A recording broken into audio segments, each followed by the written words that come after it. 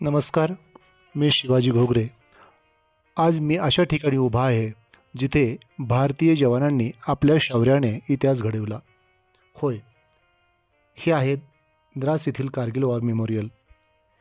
येथे प्रत्येक वीट, प्रत्येक शिलालेख सांगतो की भारत मातेच्या वीर सुपुत्रांनी आपल्या प्राणांची आहुती देऊन तिरंगा सदैव उंच ठेवला.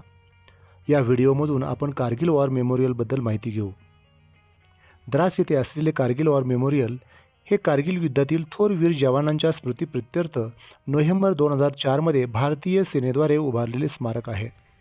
द्रास येथे स्मारक उभारण्याचे मुख्य कारण म्हणजे हे युद्ध द्रास सेक्टरमध्ये लढले गेले. दुसरे कारण म्हणजे या ठिकाणावरून ज्या टेकड्यावर पाकिस्तानी सैन्याने कब्जा केला होता त्या सर्व टेकड्या इथून दिसतात. समोरच राष्ट्रीय महामार्ग 1 वाहतो की जो जम्मू काश्मीरला लेह लडाखशी जोडतो. हे ठिकाण समुद्रसपाटीपासून 10,500 फूट उंचीवर आहे. या वॉर मेमोरियलच्या पाठीमागील डोंगरावर टोलोलिंग पहाडी आहे. टोलोलिंग हे समुद्रसपाटीपासून 15,100 फूट उंचीवर आहे. या मेमोरियलच्या डाव्या बाजूला ज्या 2 टेकड्या दिसतात त्यापैकी सर्वात उंच व त्रिकोणी आकाराची टेकडी म्हणजे टायगर हिल. टायगर हिलची उंची 16,700 फूट आहे. तर टायगर हिलच्या डावीकडील टेकडीचे नाव रायनो हॉर्न.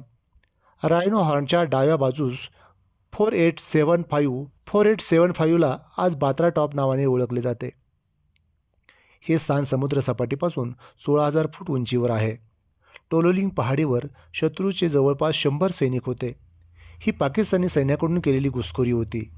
त्यांचा मुख्य उद्देश राष्ट्रीय महामार्ग 1 वर नजर ठेवणे व लेह लडाखला काश्मीरपासून वेगळे करून काश्मीरशी संपर्क तोडणे हा होता.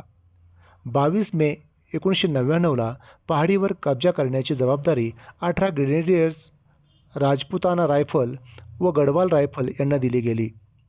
13 जूनला 2 राजपुताना रायफलचे विवेक गुप्ता यांनी आपले परमोच्च बलिदान देऊन टोलोलिंग पहाडी पुन्हा ताब्यात घेतली व तेथे तिरंगा फडकवला.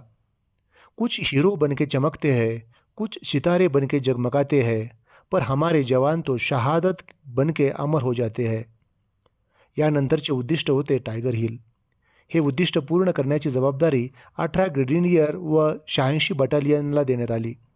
2 जुलैच्या रात्री दोन्ही बटालियनने वेगवेगळ्या मार्गाने टायगर हिलवर आक्रमण करून निकराची झुंज दिली व 11 जुलै 1999 रोजी टायगर हिलवर तिरंगा फडकवला. या अतुलनीय कामगिरीबद्दल ब्रिगेडियर योगेंद्र सिंग यांना परमवीर चक्र तर लेफ्टनंट जनरल बलवंत सिंग यांना महावीर चक्र देऊन सन्मान करण्यात आला.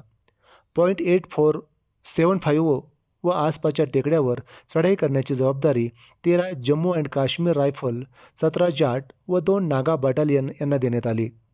या तीनही बटालियनने 4 जुलै ते 7 जुलै दरम्यान वेगवेगळ्या 3 दिशेने पाक सैन्यावर हल्ला करून .8475 सह इतर टेकड्या हस्तगत केल्या.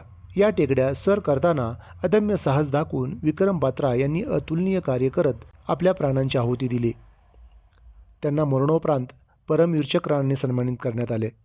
त्याचबरोबर त्यांच्याच बटालियनचे रायफलमॅन संजय सिंग यांनाही मरणोपरांत परमवीर चक्र प्रदान करण्यात आले. ऑपरेशन विजय हे द्रास सेक्टरबरोबरच कारगिल, बटालिक सेक्टरमध्ये भारतीय जवानांनी अनेक शौर्यगाथा लिहिल्या. बटालिक सेक्टरमध्ये खालोबर टेकडी सर करताना कॅप्टन मनोज कुमार पांडे यांना वीरमरण आले. शहीद होतानाही त्यांनी नेपाळी भाषेत ना छोडूनू, त्यांना सोडू नका असा अंतिम संदेश आपल्या साथीदारांना दिला. त्यांनाही मरणोपरांत परमवीर चक्र प्रदान करण्यात आले. ऑपरेशन विजयमध्ये भारतीय तोफखान्याने जवळपास 2.5 लाख तोफगोळे शत्रूवर डागून शत्रूला पळून जाण्यास भाग पाडले. यात बोफोर्स तोफांचे महत्त्वाचे योगदान आहे. यामुळेच .5140ला आज गन हिल नावाने ओळखले जाते. या युद्धात भारतीय नौसेनेने महत्त्वाची भूमिका बजावली. भारतीय वायुसेनेने ऑपरेशन सफेद स्वागत पूर्ण करताना शत्रूच्या अनेक बंकरवर हल्ला केला. या ऑपरेशनमध्ये अजय आहुजा यांना वीरगती प्राप्त झाली. त्यांना मरणोपरांत वीरचक्र देऊन सन्मानित करण्यात आले.